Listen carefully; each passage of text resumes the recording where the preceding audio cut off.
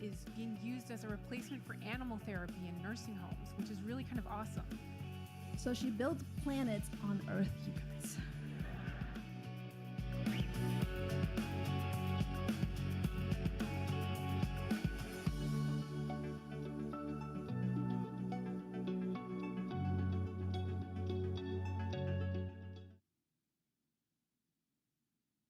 The Triggered Project presents. What does that mean for me if I need help that way? And who am I going to ask? And who am I going to talk to? And where am I going to go? You need to understand what's going on in your community. You need to understand what it's like to take the bus in your community and what you don't have access to. There's such a fear of actually trying to face the hardest thing that you've ever had to face because you're not sure what else is going to come with it. Being triggered, it sort of never goes away. Triggered is a buzzword, and the kids have picked up on it. Yo, the way you talking to me right now? Yo, you got me mad triggered.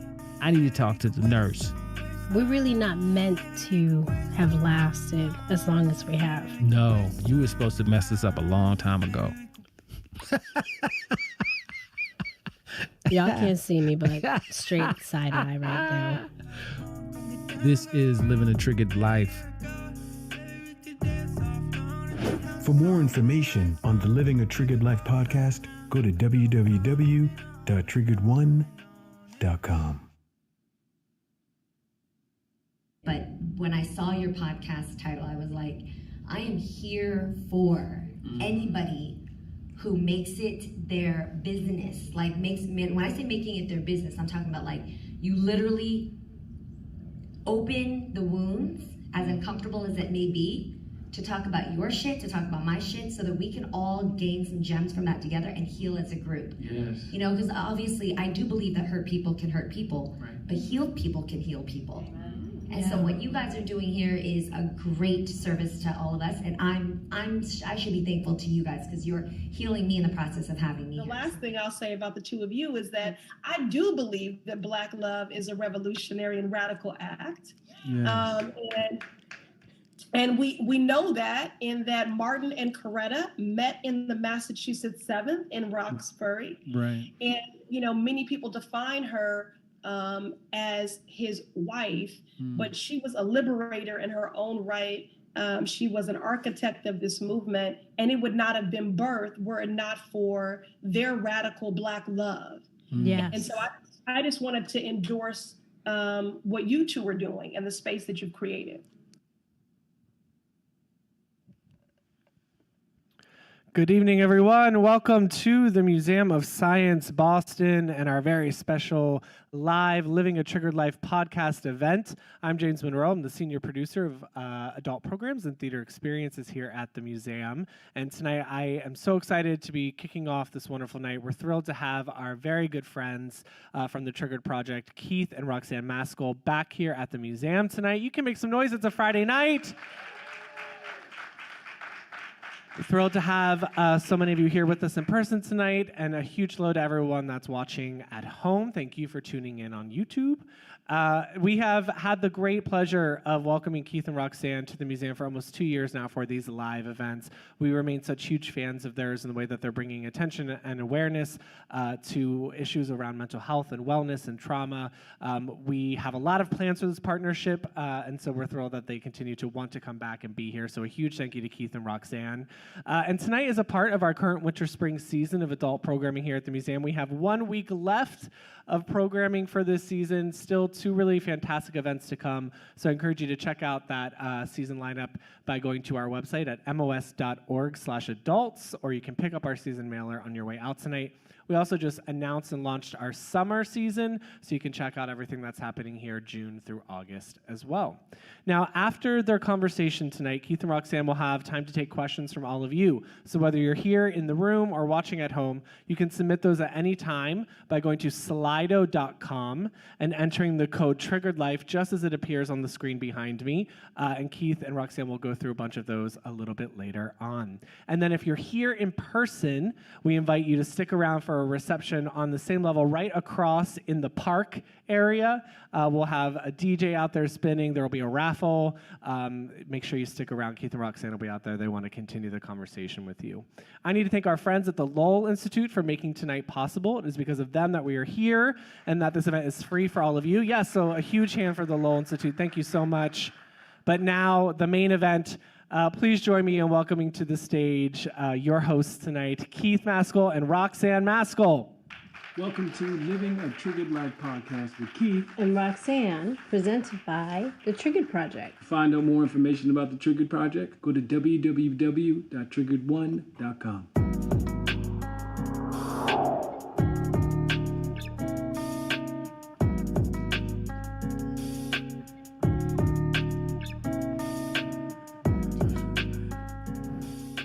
Welcome to Living a Triggered Life podcast with Keith Mascoll. And Roxann Mascoll. Yeah, we are back live at the Museum of Science in Boston, Massachusetts. We are so excited to be here. We also have a special guest with us today. Yes, you. DJ Mo Wilkes is in the building. What's up? How you doing? Good. Welcome everybody to Living the podcast. How you guys doing? Man, we're doing all right. We want to say thank you so much to the Museum of Science, to James Monroe, our technical family for always taking care of us. We feel so much love. And so we're excited for tonight. Tonight's episode will be, of course, we know we're in season 2, but the music of our relationship. And, you know, when thinking about new episodes, Roxann and I always are having these discussions about music in general. But before I dive into that, let me do what I normally do. And I said, hey, Roxann.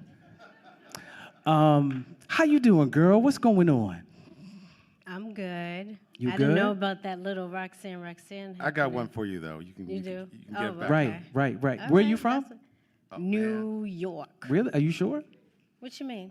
What part of New York are you from? The Boogie Down Bronx. The Boogie Down Bronx. You got that one? Maybe. You know. Yo, what's up, Blast Master? All right, good. So let's get back into it. But we are always talking about music, and you know, we're talking about mental health. We're talking about wellness. Talking about us. Talking about us. Music has always been there for us, right? But it's also been there for our ancestors. We can look back through the history. Music is a part of our lives, right? And I'm not sure how much we really appreciate how much music gets us through times, right? Hard times in so many ways, right? Memories, joy, all those things. And so I thought it was important for us to talk about the music of our relationship, because we've been together for a long time, and it's played a really big role in how we interact in a lot of ways. Absolutely. I'm like getting all emotional already. Yeah. We haven't even done anything. We haven't really talked about anything. Yeah. And I'm already like feeling the emotions in my body. Yeah. I mean, there's no way I can't feel it. And the other reason why I was thinking about this was because, you know, being in recovery from shingles for the last 7 years, you know, for the first 4 that I was sick, I wasn't dancing. Correct.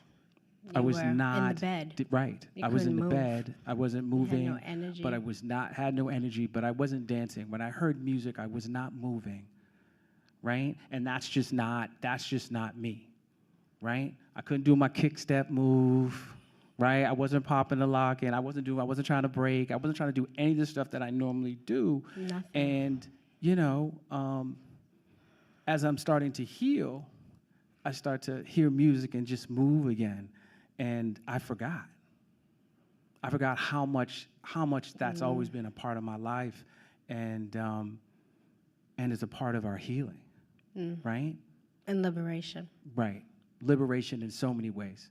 That's what the podcast has brought us. Yes. Is feeling liberated. Right. By a lot of things that weighed on us Some things we talked about and some things we couldn't. Right, right. And I think it goes back to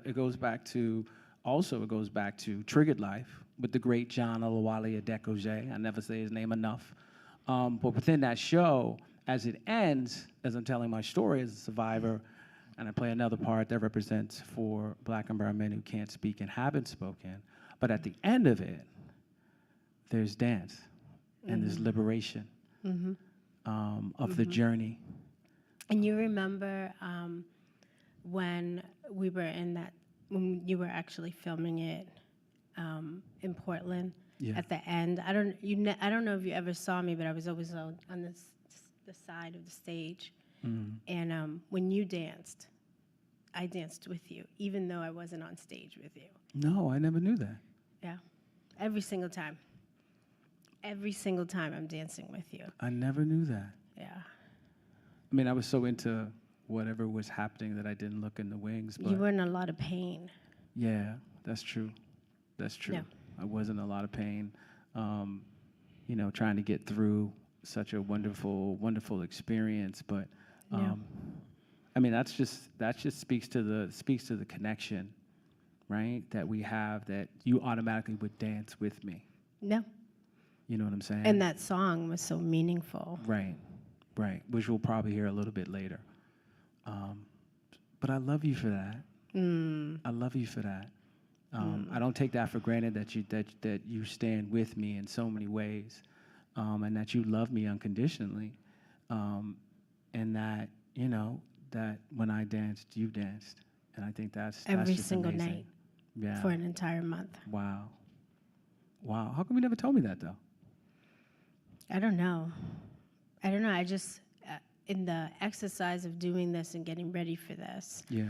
I can't even explain how many memories ran through me, and that was one of them. That I needed to be in. I couldn't be on stage with you in that moment, but I could feel your pain, and I always saw the pain afterwards. And so for me, it was the way that I could feel next to you in solidarity. Yeah. And have that one little moment of just freedom with you. Yeah, yeah. And I mean that's I love how you said that, and that isn't that what dance is supposed to be? Yeah. Right. Yeah. Right. That's why this is so meaningful. Right. And I mean the thing about it too is when we're talking about healing, yes, from trauma and everything else, it's like we have to take the time to rejoice when we need to, right? And part of that is dance. And one thing that I've been saying lately is, you know, find the art that you put down as a child and pick it up again, right? Because we were all artists, but we were all dancers, and it didn't make a difference what you look like, right? You could be a hot mess, and it made no difference because you were jumping up and down and moving. Are you talking about me? No. Oh. Because I'm remembering the time, and I was a hot mess. No, you know what? Let's get into some of the music, Roxann, since you're talking about it. That's just a great segue. You know, let's get into it. Can you talk about? You started talking about the experience of making your list, right? And so full disclosure that this podcast is not scripted. It is not scripted. It has never been scripted. That's just not how we roll. And so a lot of what folks are going to hear is for the first time, right? So I love how you look right now. It's really great. But let's talk. Tell me about that experience of making your list, because it did take you a while. Yeah, I didn't want to do it.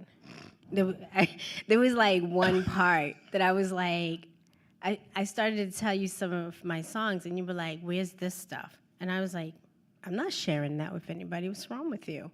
And you were like, no, you have to. That's part of your story. Right. And I was like, but that's part of a story that I don't want to relive. Yeah.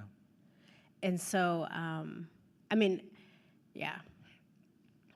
It was rough. It's rough. It's rough sitting here right now and knowing that I'm going to be, or we're going to be leading people to understand the impact of music on our lives, and how meaningful it has been at different moments. So it was really hard for me, and I legit could not remember periods of time and music.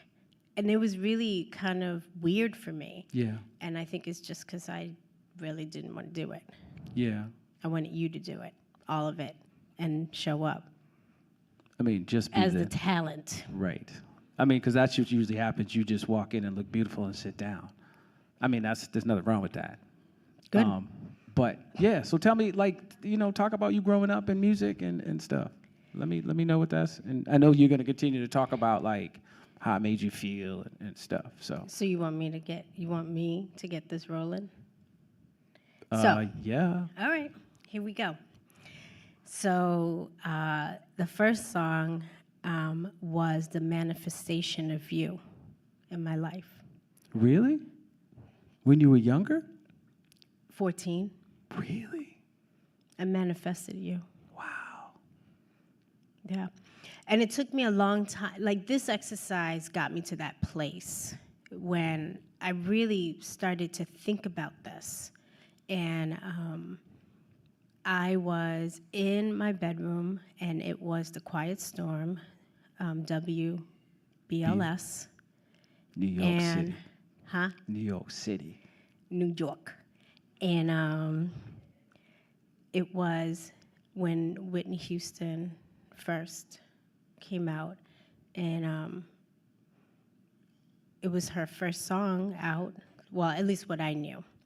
And you'll learn more about why I'm saying that. And it was You Got Good Love. And I was standing there thinking about how much pain and hurt and harm I have suffered in my childhood. And in that moment, listening to her beautiful voice, I said, God, there has to be a better love for me in the world. And I don't know what's going to happen, but I hope and I pray that you're going to bring that to me in my life, because I feel like I deserve it. It was something like that. And I was just singing away by myself, feeling really sad, and just being so hopeful. And he made that come true. You showed up.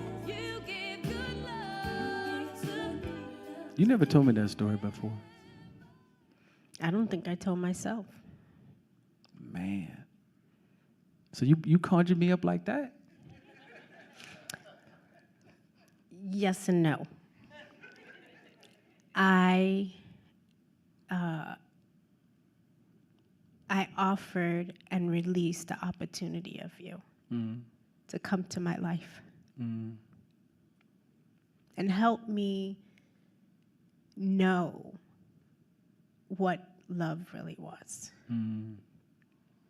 That's beautiful, sweetie.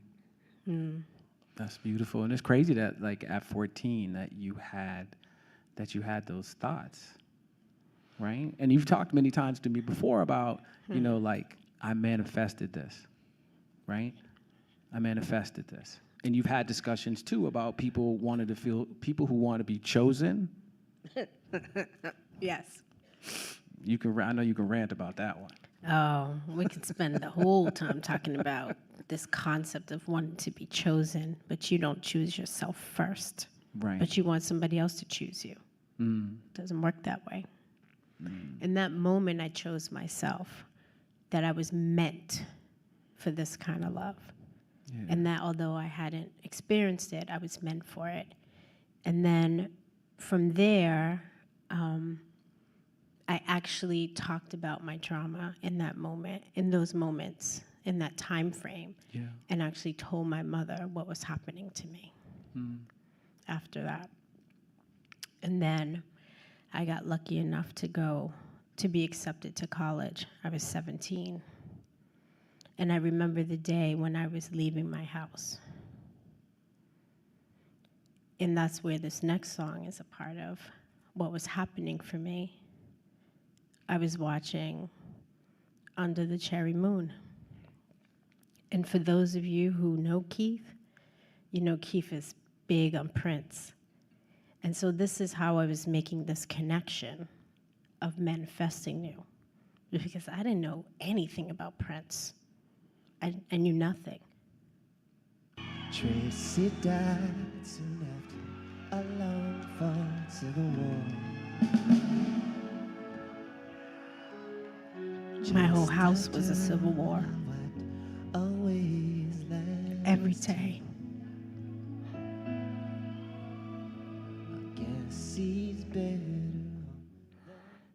So that's how I knew I manifested you. Because when I did meet you finally and learned that you were this big time Prince fan, I was like, aha. And that day when I was leaving, my father said to me, "You're not going to make it. You're going to ruin this. You're going to end up pregnant and back home." Mm. That was his parting words for me. And off I went to another state, never having been anywhere in my life, 17 years old, completely alone.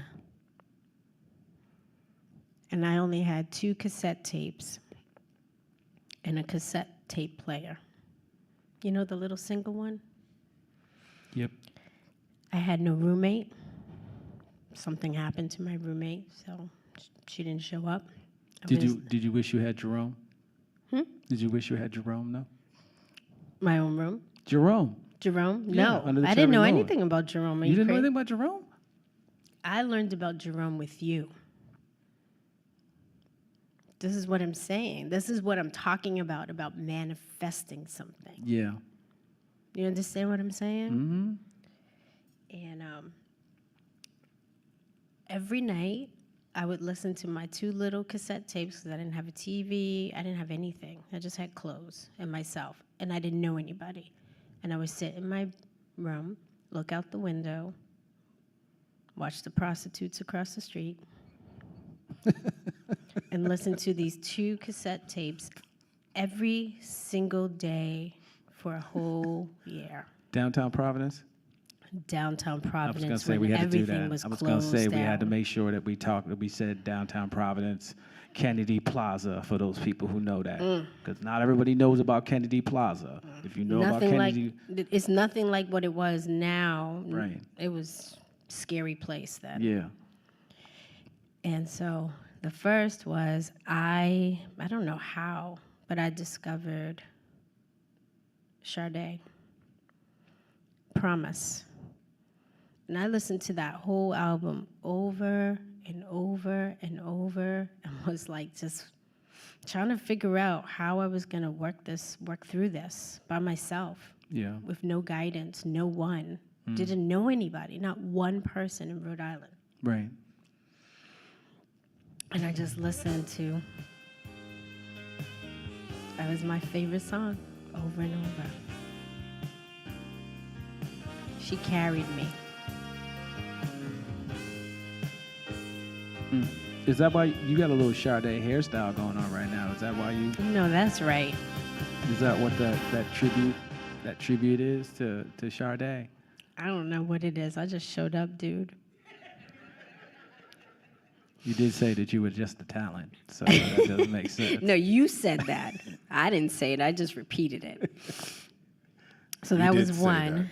You did say that. I did say that. Thanks. Thank you. Thanks, Maurice. Thank you. Wow. You were there. Wow. You agreed with him. Wow. That's a first. I know. It's so crazy to have it. somebody. It's so crazy to have somebody else talk. I know, because it usually doesn't happen like that. No, it doesn't happen like that, especially when they're supposed to be family. Well, I got nothing on that one. I mean, so the other cassette tape. Oh, you know what? but you know what though? You know what? I jumped the gun. Mm-hmm. Several guns. You know what? Yeah. Arsenal. This is what I didn't want to talk about. Yep. Damn.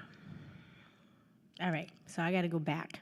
I can't tell you what the second cassette tape was until I go back. I got to go back. So, my father was an avid vinyl record collector. I think that man collected anything he could get his hands on. It didn't matter what it was. Right. But his vinyl record collection was sick. And I was so lonely growing up because I was never allowed out of the house. Mm-hmm. I couldn't go anywhere. Right. So I would go and on the weekends and play his records. And I had a few that I was very fond of. And what you need to know about my dad was that what I would say is that his selection of records of music was eclectic because it was just all over the place. Right. And so one of my favorite songs growing up, and I even did an art project on the album cover for this, was Stairway to Heaven by Led Zeppelin.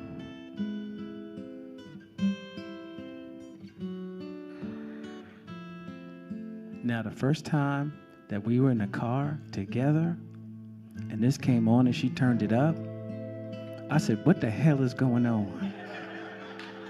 What the hell?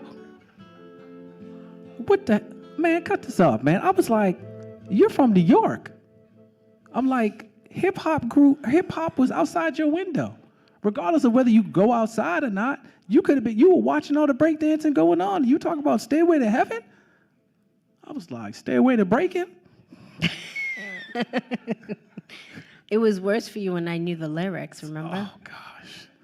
I started singing the lyrics, and you were like, what is going on? Yeah, it was scary for you, I know. And I was like, you don't know Kumo D?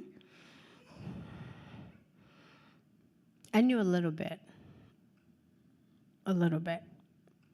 I think what I did know was, and I don't think I put this down, but is it White Lies? No, White Lines. Yes. I never knew what that song was about until after the fact. Yeah. Most people didn't even know what the words really meant anyway.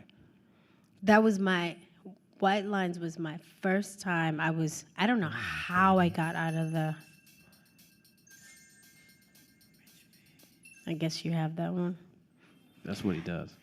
That's what he does.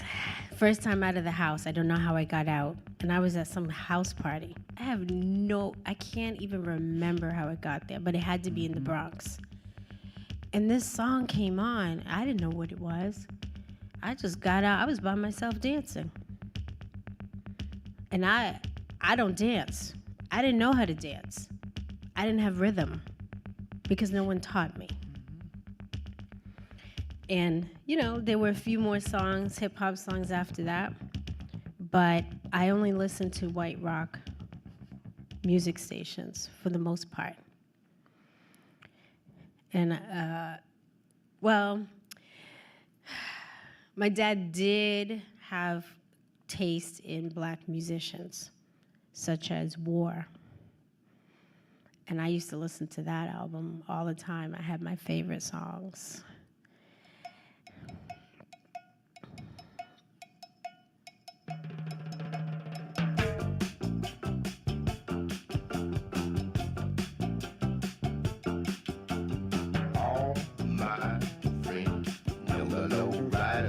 They were black, right? I don't know, to be honest. It was multiracial. Yeah. Okay. I had no idea. I mean, the music just took me. I was like, oh. Back then, if it felt good, people were dancing to it. Yeah. You know what I'm saying? Then secondary to be like, true. Who sang this? That's how my father was. He just picked stuff that he really enjoyed. Yeah. I don't even know what his experiences were. Yeah. So do you feel like that those are the big influences that you're saying, right? Those are the bigger kind of influences for you. And Stevie Wonder. Right. Well, I mean, who I did not know who he was. I had no idea. All I did was play the record because the album cover looked interesting. And when I heard this song, was like blown away. This entire album I would play. Right. Loved Stevie. Yeah. I would play these same records every single weekend. And I usually would move on from Stevie to this next one, the Beatles. Very strange was my selection and how I moved. I just played what I liked. I didn't know anything. It's not like my father talked to me about this. It's not like he taught me anything. Yeah. The Beatles were big. And this was my favorite album. And again, it was the album cover that grabbed me. Yo, this is so crazy. Because I don't think I can listen to the whole album. Straight through? Nah, that was I'm sorry, but I couldn't do it. But I understand what you're talking about though, because this was your own private time, right? This is your own time to explore. This is your own time to soothe, right? And that was the power of that music. You know what I'm saying? Because that's what you needed at that point. Mm-hmm. So regardless of what it was, it did its job. It freed me. Right. Right. You know, I mean, I mess with you about what it is, but at the end of the day, it doesn't matter. Right? It doesn't matter at all. I'm thankful that you had that. Right? And we all have music to get us through. That's why we're doing this episode, right? To get people to think about the music that got them through, right? And the music that keeps us alive. You know, especially as we come out of this pandemic and stuff, like it sets such a beautiful mood, right? For us in our day. Even here tonight, I was spending early on coming through, and the vibe was everything. You know, I use it in my work in doing educational stuff. I always use it, most definitely working with kids and things, because you can literally, with no words, change the mood of the room completely just by different types of music, just different type of beats, whether it's Bach, you know what I mean, while they're studying. Like we can be so much more intentional with how we uplift ourselves with the type of music that we listen to. I use it for wellness. Right, no question. I have done therapy groups. Right. And as people are coming in for therapy, I'm playing music. Yeah. Yeah. You know? All right, so I know you want to know what that second cassette tape was, because that's all I had. No, I don't want to know what that is yet. Probably skipping, but I think I don't want to know what that is yet. You don't? Okay. No, I don't want to know what that is yet. I really want you to know, though. I know, but can we hold that? Yes. We can hold that. Yes. Right? Because we're going to get into some of my songs. I want to hold that because that's a bridge to us, right? Which I think I know what it is, but I'm not sure. All right? Now, the thing about music in my house, right? Goodness gracious. Music was a big thing, right? Dancing was everything, right? And of course, I'm Bayesian.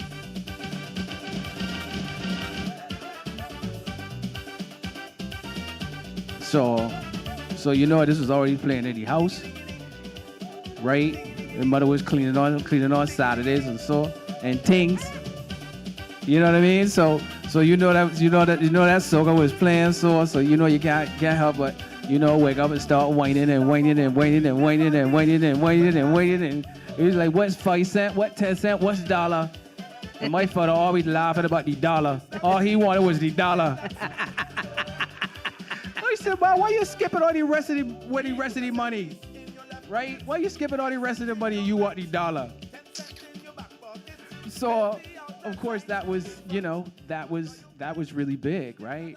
That huge influence of West Indies was big for me, and but there also was some soul as well, and it's like, as you talked about some Stevie, right? That album, but this right here.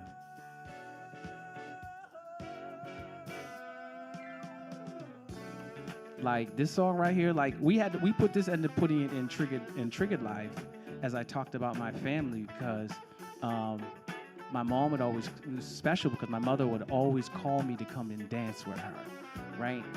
And I say in the show, like, you made me happy. She had this two-step that she had, right? And so like it was a mean two-step.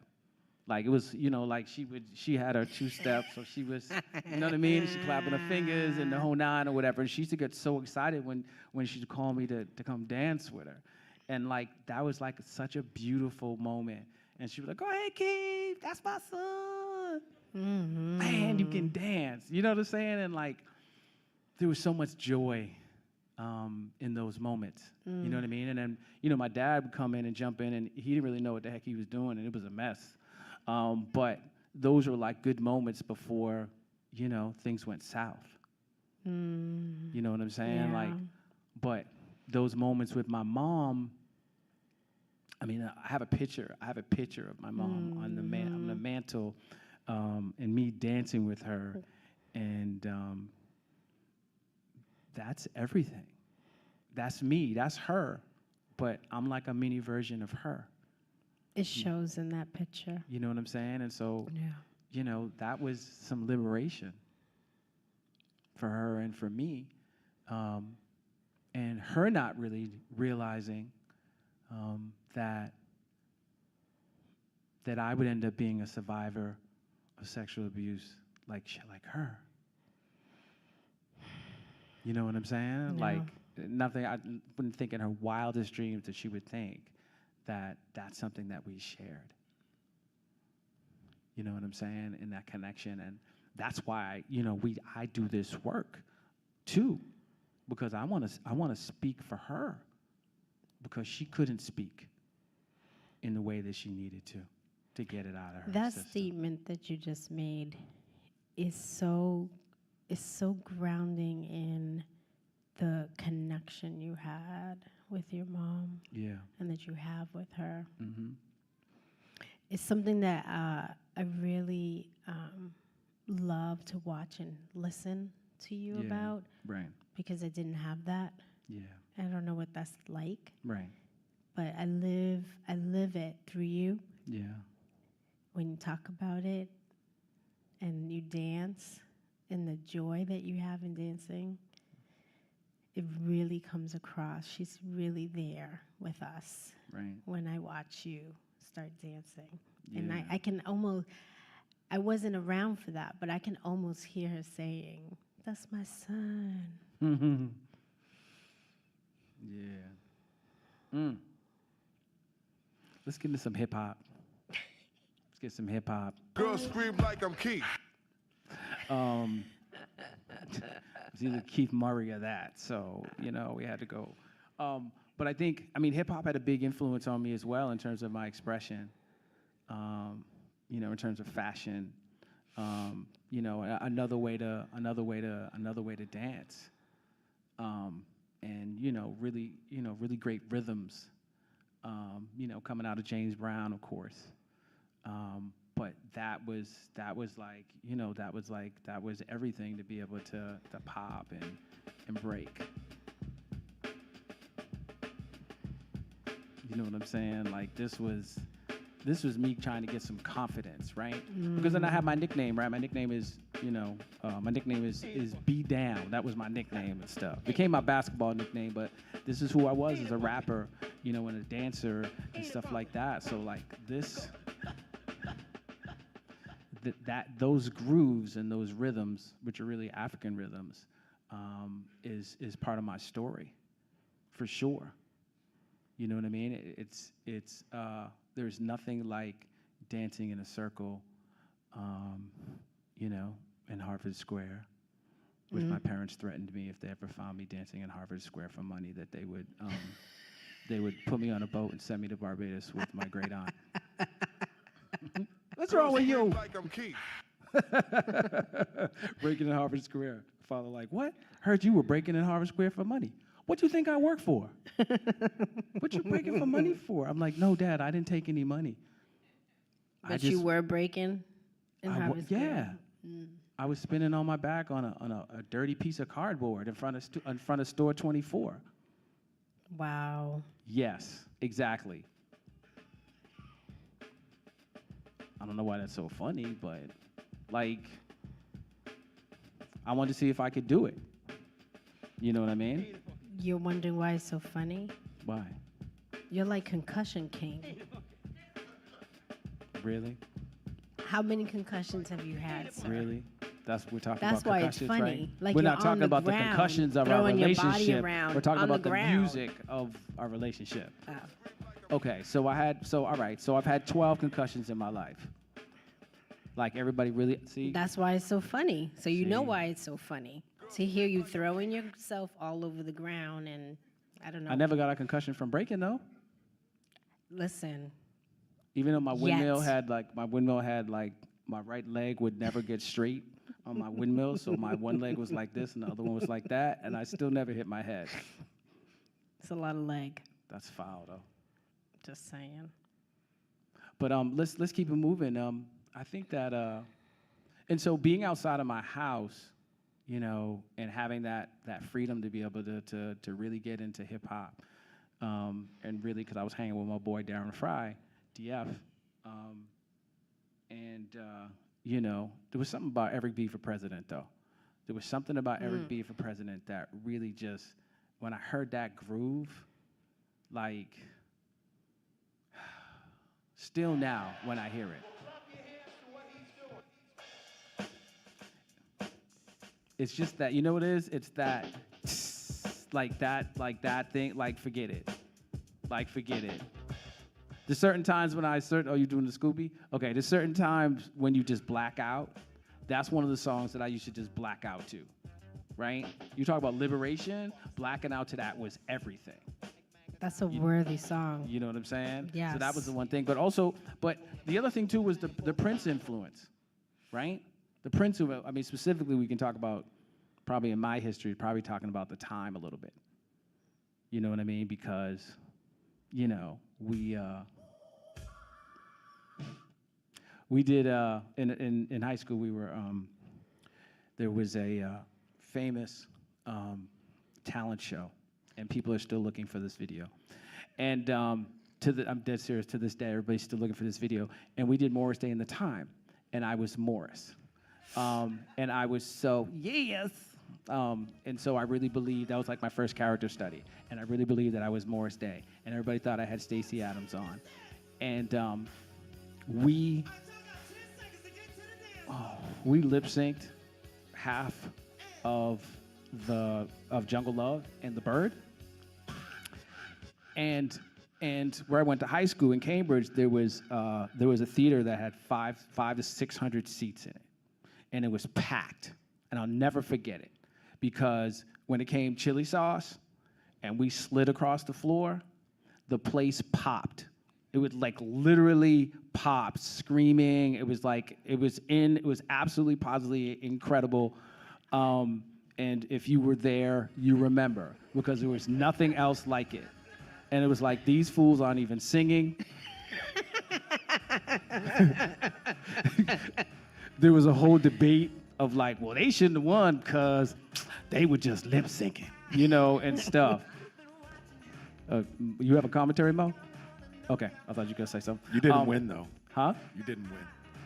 What do you mean I didn't win? Did you win? We won. I'll never forget it. We won. There was no question about it. Everything changed for me. Everything changed for me because, you know, I was a younger brother. The other brother was fine, right? He had big waves and stuff like that and nice teeth. I had crooked teeth and like coarse hair. Like it was, you know what I'm saying? I was doing okay, but like after doing that in high school, they were like, yo, his little brother's all right. Like he got his own, like he's real artsy and stuff. And so like that was a big deal. You know what I'm saying? You know, and the thing about, you know, before I met you, right before I met you, was really the big, really depressed and not wanting to really face anything. And I started collecting Prince records. And I was so into everything. And it was like my lifeline in so many ways. You know what I'm saying? Like, and so meeting you, you know, that's sometimes how I would speak to you, right? Ooh, yes. And write to me. Yeah. And send me messages and cassette tapes that you made for me. Yeah. Yeah. And mixing stuff in when I didn't expect it. Just to say something, to say a particular thing to me. Right. Because, I mean, that was the thing about this whole relationship of me courting you, right? But there was also something about, you know, where I grew up in Cambridge, there was just slow jam tape that would get passed around, right? It was probably everywhere. It went to Boston. It The probably same went to, tape? Yep. It probably went to Arlington. It went to Randolph, right? And everybody had this tape that they used to pass around. It must have been bomb. Look, the tape was incredible. Stylistics, like, it was like, you talk about what happened, what it was? They took The Quiet Storm and put it on a tape. That's legitimately what it was. So when I had that opportunity to make something for you, right? Because I was doing a little bit of DJing, that, you know, I wanted to make you a Prince tape. And you made it. Yeah, right? I made a Prince tape for you. I still have it. I transferred it over to CD so you would have it as well. And that's pretty much, you know, you getting out of a relationship and trying to figure out what you needed to do and whatever. But, you know, I remember mixing in the beautiful ones, right? I didn't even know what the beautiful ones was.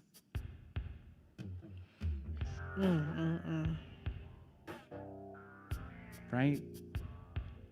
Do you want him? Right? Do you want me? 'Cause I want you. Baby, baby, baby, baby. They may not know what I'm going, baby. Woo! I was like, yo, look, I gotta let this girl know how I feel. Like, oh, you know you what were I'm saying? telling it. Like, I was telling it, boy. You told it. I said, look, you know what? I gotta let her know how I feel. You know what I'm saying? And so that was a pivotal moment for me to express myself to you in that way, because I had never really expressed myself to anybody else in that way before, right? That was a different level of vulnerability, right, for me. But that's what I felt like. That was part of the connection that we had. And you know, on Spark FM the other day, they were asking whether we trauma bonded, right? And which was a great question. And I said no, because we always had synergy first, right? Always had synergy. Even for that first 6 months when Right. we actually never saw each other. Correct. Talking on the phone, right? Help me write. Look, isn't it so crazy? Help me write my Malcolm X. Here we go, Malcolm X Day. Help me write my Malcolm X paper on Talking the phone. about Farrakhan. Talk about Farrakhan and the whole nine. I started doing impressions. I started talking about, you know, he bitch, right? You know Farrakhan's bitch. My grandmother know he grandmother. And that was always what my grandma would say. You don't got hit Farrakhan talking all this craziness. I will call his mother. You know he's just a calypso singer, right, Keith? That was Graham. You know what I'm saying? That was Graham all But the way. this was the other thing too, like, static, right? Static. Another thing. First time I saw Rosie Perez dancing, right? Oh, yeah.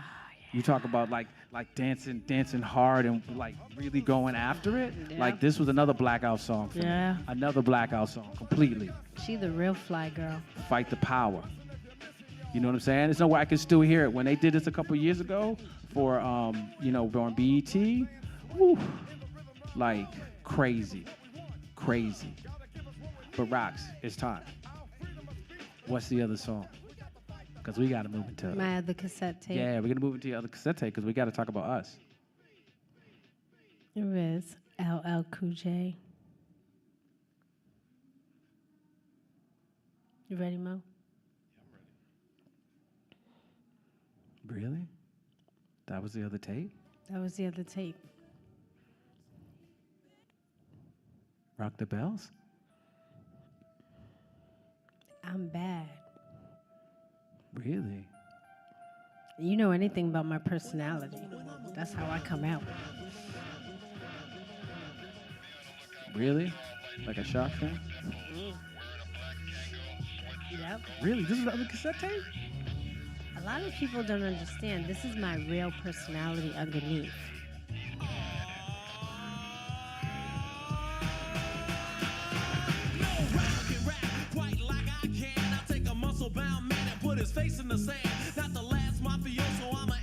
Act like you didn't know. Well, I mean, the funny thing about this, no, this actually is really, but as you remember, I always just, like, you used to talk mad trash to me, and I just, like, laugh it off, because I thought it was really cute. You know what I'm saying? Like, I always thought it was really cute. I'm not going to tell him what you used to say to me, but still. That's a whole nother podcast Yes, that it is. will not be released. Well, no, we're going to get to it at some point, but they heard enough about Jack and the Muppets, so they got a little bit of that. We're and not people getting to heard that point. We're never doing that podcast. You crazy. It's already signed up for season 2, so it's already part of it. We already decided, the producer decided that that's what we're going to talk about. So, but you know what? Nah, we need that Luther. We need that Luther. That's what we need. We need that Luther because that's what I remember. Because of course I knew Luther at that point, but there was something about. And let me tell you one thing that was really wonderful about spending time with you. You taught me how to sleep with someone and just sleep and not worry about anything else and how to be present and just appreciate the company of somebody else. Right? Didn't make a difference what happened with the body, didn't make a difference. That meant nothing at all, but it was just about being able to, snuggle up with you and enjoy it and go to sleep. We still doing that. No question. Luther. But that Luther. When I found him, he'd been out for a long time and I didn't know. I went to my neighbor's house for something. I was never allowed out of the house. And he was on the TV. And I said, you know Nikki in New York? Remember you met her one time? She lived like 2 floors down? Yeah. I said, who's that? She was like, what's wrong with you? That's Luther Vandross. And I got that cassette tape. And I would play it when I lived in Cambridge for that summer to be closer to you. Right. Kennard Street. Right. Yo, can we get real quick? Can we get that do do do do do? Do do do do do do. Well, all right. Was this? Yeah. This was the first song. Second cassette. Side 2. Right? That You was the were in ritual. my room. Right. And I would go to take a shower. Right. And I always played Luther. Right. Every day. Yeah. And you said to me one day, why are you always playing Luther Vandross? Right? Isn't that what you said to me? Right. Do you remember what I said to you? No. Neither do I. I think when I said something to you like, because I used to, well, no, I didn't say it to you, but I said it to myself. That's why. I used to listen to all this white rock music, and I didn't know anything about real black people music. But when I really discovered Luther, it's when I really discovered me and my blackness. And when I found that, I wasn't ever gonna let it go. Right. That's it right there. That was it right there. You were out the shower, doing your ritual, putting lotion on, the whole nine. Right? Missing you, missing. Right? That's it right there. Yep, that's how we started rocking. You know what I'm saying? We started rocking. Yeah. Yeah, man. That's how it is. Yeah. Those were the blue light special blue days. light, right. We used to sit and have the blue light specials. For hours. For hours, having those conversations with this song. And people still ask us, why do you call it blue light specials? Because I had a blue light bulb. Right. And most people didn't have blue light bulbs. No, they always had the red. Or maybe the orange. But nobody had the blue, right? We got to, you know what though? We almost at time. You know we got to get into the house music. We know we got to get into the house music. That's key, right? Because, but actually, no. Before we get into the house music, we have to go. When I first danced with you, right? We were dancing to Chub Rock, University of Massachusetts, jeans and t-shirt party because you came to see me. Amherst, correct. Thank you. Right? And this is another blackout song, and I was dancing circles around you because you couldn't literally because you couldn't dance, and I was like, no idea what I was doing. And but I couldn't believe was having the time of my life. Right, and I was like, you know what I'm saying? Like literally just dancing circles around her. She could not dance at all. Like I couldn't believe it. Like Nothing. She couldn't do a T-step, two-step. She didn't have a one-step. She didn't have a half Zero. a step. She had zero. I Zero. said, this makes no sense. You're from New York. You're from the Bronx. I wasn't exposed. And this was, I couldn't believe it. I couldn't knew believe nothing. it. All I knew was that I discovered Luther Vandross. That was it. Right. I didn't know Stevie Wonder was black. I didn't know War. I thought they were black. I didn't know. I assumed. Did you know Stevie wore sunglasses? I didn't know anything. Nothing. I mean, I didn't know about hip hop though. I wasn't outside when it was happening, but I didn't know. Yeah. So, but that's important to talk about because that's an important song for us. I could not Chub remember Rock. what song we Chub were Rock. dancing to. It was Chub Rock. That was that was me courting you. Yeah, you We drove 2 hours just so I could see you and not be able to dance for a whole song with you, and then we got in the car and left. Right. And then you showed up at my house the day after, even though I wasn't there, and left me a rose on my bed.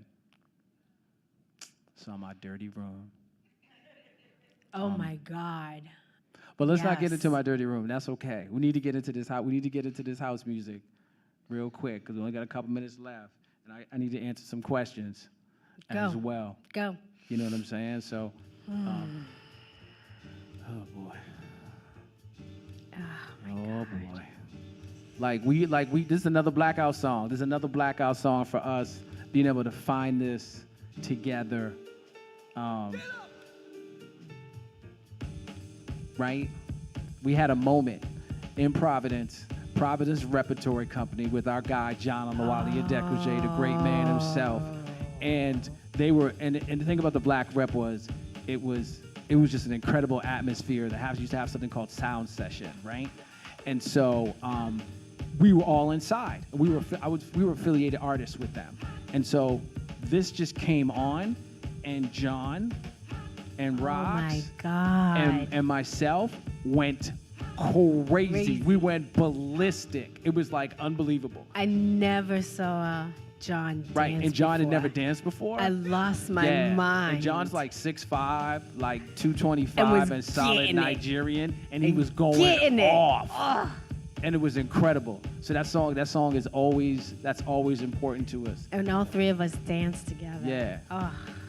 You know what I'm saying? Which was dope. But I got to give a shout out to my man Kari Streeter because Yes. Kari Kigger was very big in our house music days. Yes. And we were so into it that I dressed Roxann up in cut off overalls with her hair out and a flowered shirt, my flowered shirt that she had, and then you do the fake nose ring, right? And you used to put you used to take the earring and cut it, and then you used to put it in your nose or whatever. And we went to a brown party, and everybody was like, could not believe it. Like she looked so, like she looked so. Wait. Yeah. I had on your suede top Puma sneakers, and we put something in the front because That's they were right. too big for You me. know I loved you. And we were out there. You know I getting love it. you. You know I love you. You know we're gonna have to stop right there. You know I love you because you had. Don't. You know Move I. on. You know I love you. You know I love you because. Don't do it. Don't do it. No. You know I love you because I allowed you to wear my Puma Clydes, right? The suede Puma Clydes. But she threw them out, y'all. And she threw out my Jordan 3s, OGs. She threw them out. I'm just saying, she was trying to help me clean my room and she threw them out. But you've been listening to Living a Triggered Life podcast with Keith Mascoll. You really gonna end on that note? No, we have to get to some questions. We have to get to some questions really quickly. Wow. I don't have no questions. You don't have any questions? Oh, okay. Yes, there is. Is there a song that best describes your relationship today? Yeah, if you've seen the promos, Method Man and Mary. Method Man and Mary is us. No question about it. Like, that is that song.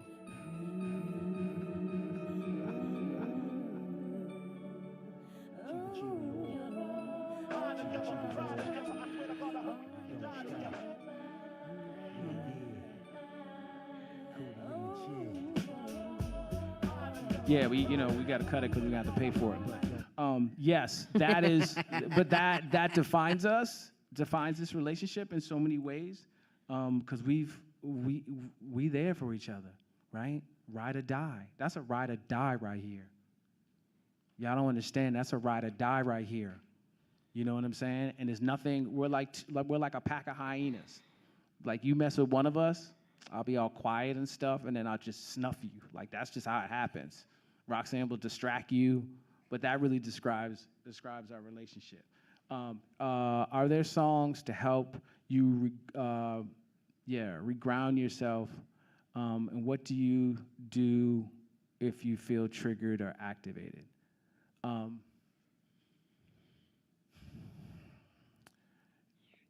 To be honest, that's kind of like where our smooth jazz came in, right?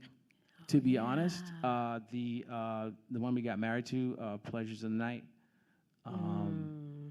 that's always grounded us. Smooth jazz, being activated. There's something about the smooth jazz of it, but there's something about this that's really grounded us. That's been really great. Will Downing. Right, Will Downing, and Gerald Albright. We love this album to death. Thanks, Mo. We're gonna have to pay for this. And so, but we're at about time. I'm glad, we got a couple of questions in, but Roxann, I love you. Right? It's so crazy when you tell people about this podcast and what we talk about and how many people are afraid of it, right? Because we're talking about trauma and, we're talking about sexual abuse, but we're talking about our relationship and how we deal with it. It's more about our relationship. It's not necessarily about the marriage, but it's about the relationship. And it's unbelievable when people are afraid of it. It's unbelievable to me because this is about love. This is about our love. This is about trying to make sure that other people can have these deep conversations that need to be had, right? And a pathway of how to. Yes. Right? So couples can talk about the music of their relationship just like this. Yes. And be able to talk about the pain, the love, the happiness, the joy. All of it. I think it's important, but we may have to do a part 2, Rox.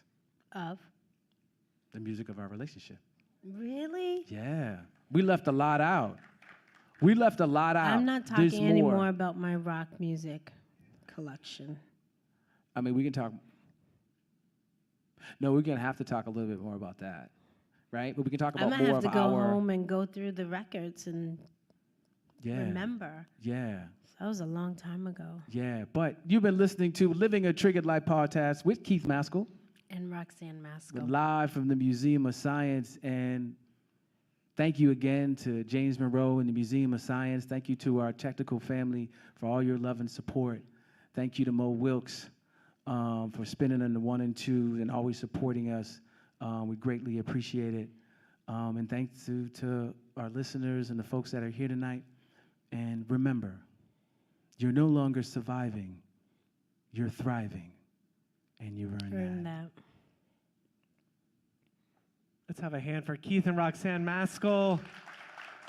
And the Living a Triggered Life podcast. Thank you both so much for sharing. We love you both. Thank you for spending your Friday night with us. We're going to say goodnight to everyone watching online at home. Thank you for tuning in.